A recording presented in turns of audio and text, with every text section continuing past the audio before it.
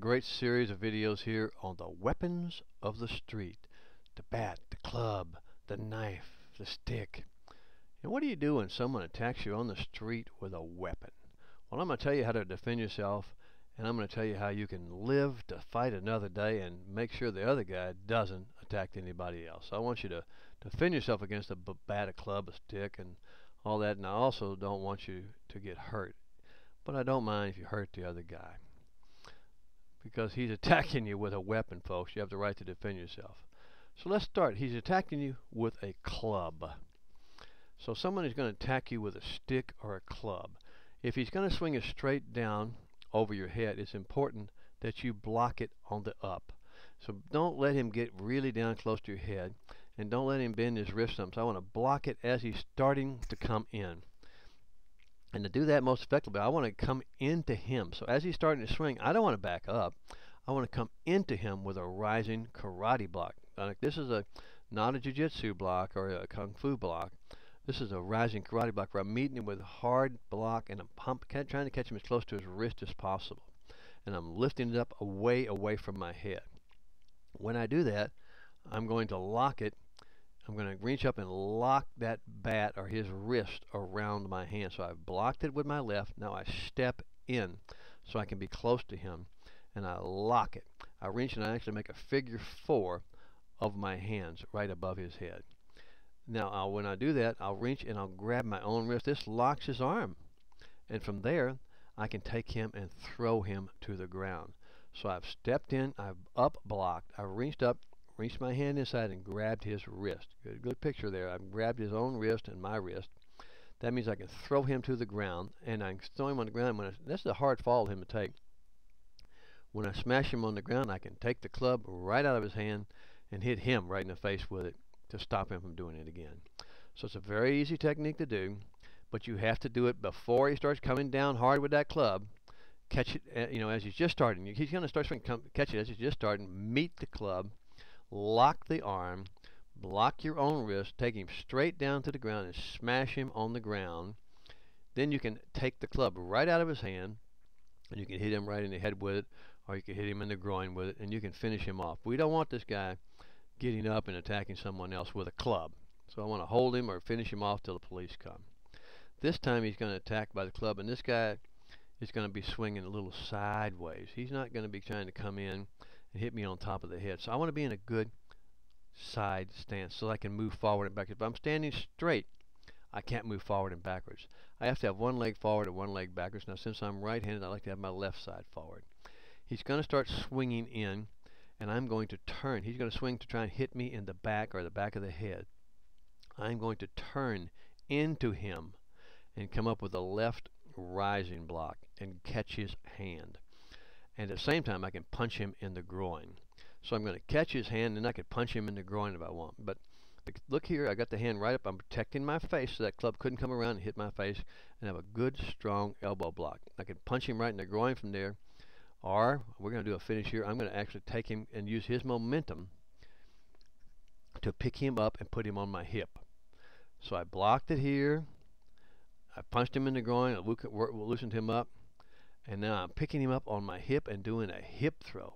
His arm is already extended, but I'm going to continue to control his arm. I'm going to hip throw him all the way to the ground, smash him on the ground. And look, there's a good picture right there. Where this guy's up in the air, his back is just going to smash right on the ground, folks. And that's a hard fall to take. But I want to make sure it's even harder for him to get up, not to just take the fall. I want to make it harder for him to get up. So after I've smashed him on the ground, I'm going to continue to hold his hand that has the club in it. And I'm going to stomp him in the groin, in the face, or right in the heart. I do not want this guy getting up and continuing to fight. And I don't really want to get on top of him. If I have his arm stretched out here, and I've smashed his back on the ground, just him getting his air knocked out is about 100%. He's going to be in a lot of pain. Then I'm going to stomp him. And I'm going to stomp him in the groin. I'm going to stomp him right in the heart, or stomp him right in the face. Here, unfortunately, this lowlife has snuck up behind me and grabbed me around the neck with the bat or the club. Now what's nice here is that thank goodness he doesn't know how to do the X strangle or how to use the club right. He's just trying to pull all of his muscle back, and this guy's got big muscles. pull it straight back. Now how I do this, I block this by grabbing inside.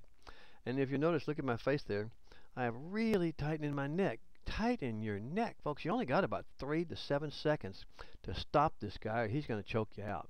So I've got to tighten my neck a lot. And I loosen it up just a little bit. And look, you'll see that I can now take my right hand and drive it right back into his groin. So I've got him here. I've tightened my neck. And I can take my right hand and drive it right back into his groin. And smash him in the groin. That will definitely make him back up. Then I can immediately, and this also bends him over. So you look here, when I smash him in the groin, it's going to bend him over because I smashed him in the groin or the lower stomach. When he bends over, I'm going to do a back fist strike right into his teeth. A back fist strike right into his teeth. So I popped him in the groin. Now I've smashed him right in the teeth. Then I can turn all the way around and grab his head and smash my knee right into his head. So I've smashed him in the groin. I've smashed him in the teeth. I've turned into him. Now I'm going to knee him right in the side of his jaw, right in the side of his head, and I'm controlling his neck.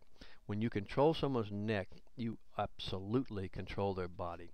He can't do anything about it. When I have his neck bent over like this, he is in big trouble, and I can smash my knee right up into his face. Then I'm going to knock him to the ground. I don't want him getting up. I don't want to continue this fight. I'm going to punch him right in the throat to put him out of commission once and for all. So I've elbowed him, I've kneed him, I've knocked him in the teeth, I've turned around and kneed him right in the jaw, right in the head, smashed him to the ground and punched him in the throat. That'll work. That'll stop him. Well, now suppose I got the club. Suppose I took the club or I have a cane and he's trying to hit me. He's going to punch at me. He's going to do a big right-handed punch. Look, it's a very nice, interesting block. I'm going to swing around and hit his arm with the club. I'm going to hit his arm with the club. That's going to block it. So I go wham. I hit him right on the bone of his arm. Or I hit him right in the middle of his arm. And I'm going to stop that punch. I'm going to whack him with that club. Now I'm going to spin it over the top. And I'm going to come around it. I'm going to hit him with a club. And I'm actually going to spin around. Come underneath his arm. And I'm going to hook his arm. So I took it here. I blocked. Now look, I spun. And now I just simply walk to his back with the club. Now the club is right in the middle of his back. I have him in an arm bar here in a hammerlock. And I can simply straighten my arm up, or his arm up, and it will break his shoulder. It'll also force him right to the ground.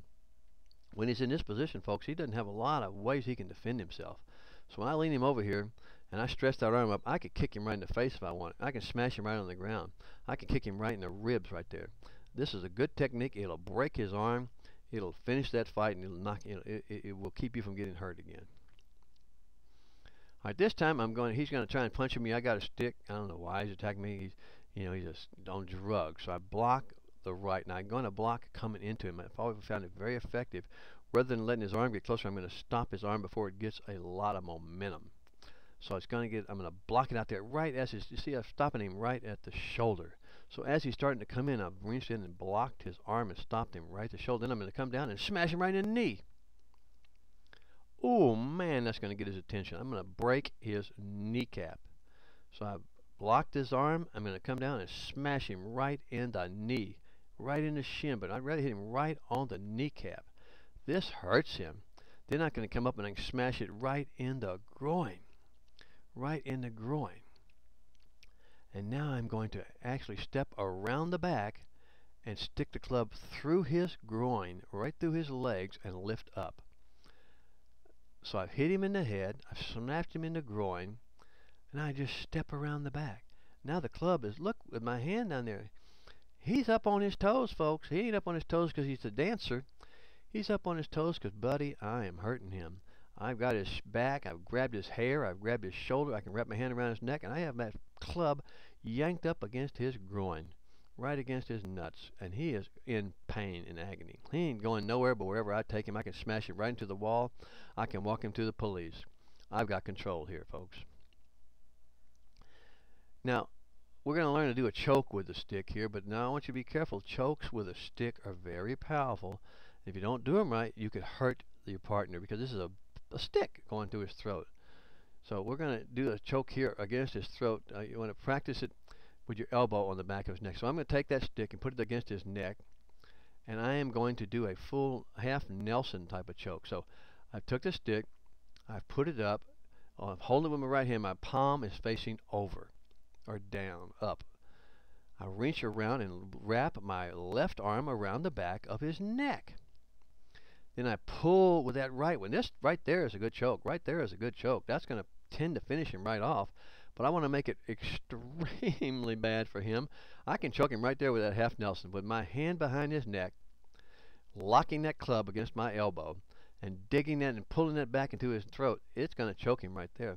But if I want to make sure that I finish him off, and this choke is so powerful that by the time I get both my elbows up, he's dead. He is hurt badly, badly, badly. He's almost dead by the time I get both of those hands behind his neck. I use that lever to put both of the hands behind his neck and push forward. He's dead, folks. So I'm doing a half Nelson choke with the stick, or the club, or the bat, or the cane. And now I'm doing a full Nelson choke. Buddy, let me tell you something. When someone puts that stick behind you, in front of your neck, and reaches around with one hand, locks your head, levers that stick, it hurts. When you reach around with two hands behind your head and levers that stick, you're dead. You ain't going nowhere to sleep or to the hospital. Now, as bad as that choke is, this one's even worse. This is the X choke. Now, if you've never had the X choke put on you, you just won't believe it. This time, I am actually getting behind him and crossing my hands. This choke here is a deadly choke. The full Nelson choke is deadly. It hurts bad. It hurts bad. This X choke makes it look like I was trying to be nice. When I go around the back and I cross my hands behind his back and I make an X, both of my palms are facing up, and I simply flex my muscles, it breaks his neck. It chokes him out instantly. He is gone, buddy. The other one is deadly. This one is 5 times as deadly. It is impossible to defend against. It is impossible for him to reach up and grab that stick and stop it. You people that have never seen it, you have no idea what I'm talking about. When this goes on you, it is bad. You are in big trouble right away, and you are choked unconscious in 20, 30 seconds, and you are dead. The fight is over. So if you need a good technique to use in the street, this X choke finishes them off every time, folks. And you don't want to use that unless your life depends on it. Here I am. This guy's got a big old stick. He's going to try and come in here, and he's going to hit me with a big old stick. Well, now I'm going to do a karate technique here. He's using not a club, but a long stick. He's like a pole, you know. He's trying to be a smart ass. He's going to hit me with a pole.